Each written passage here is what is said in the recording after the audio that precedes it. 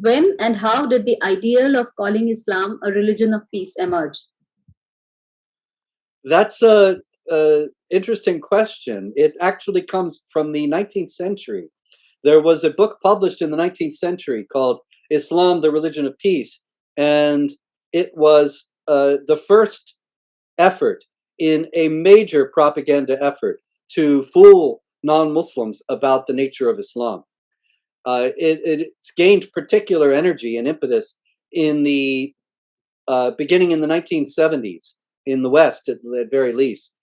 There was a professor, Edward Said, who was actually a Christian Arab, not a Muslim at all. And Edward Said wrote a book called Orientalism. And Orientalism was all about how any criticism of the Islamic world from the West was just part of the colonial project. It was colonialist oppression. And as a result, if Westerners did not want to be colonialist and racist and imperialist, then they could not say anything critical about Islam, because that would be an imposition of Western values onto the Islamic world. Now, of course, you and I know this is nonsense, because we are from very different parts of the world, and yet we encounter Islam in the same way and see that it's aggressive, belligerent, violent, expansionist, supremacist, and so on. And this has nothing to do with colonialism. It has nothing to do, you're just as much victims of colonialism as any Islamic group, if you want to speak in those terms. It has to do with the nature of Islam itself.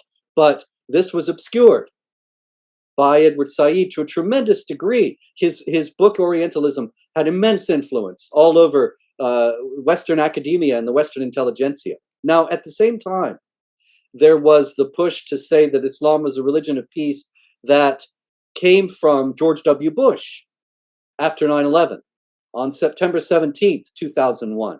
He went to a mosque in Washington, D.C., and he said, Islam is peace. And we want to emphasize that this attack is nothing to do with Islam. The idea also comes from the fact that Islam really is a religion of peace, but not in the way that we understand peace. The idea is that Muslims must wage war against the whole non-Muslim world and subjugate all non-Muslims under the hegemony of Islam, and then there will be peace. And so Islam ultimately has the goal of peace by conquest and subjugation. Therefore, it's a religion of peace. But all this is ultimately just an attempt at deception. And it's very effective, because if you're not a Muslim, most people would not be interested in reading the Quran or reading about the life of Muhammad. Mostly only Muslims are interested in such things. And so they're able to prey upon the ignorance of the non-Muslim and use this lie to foster complacency and to make us think, well, there's not really a problem, because the vast majority is peaceful.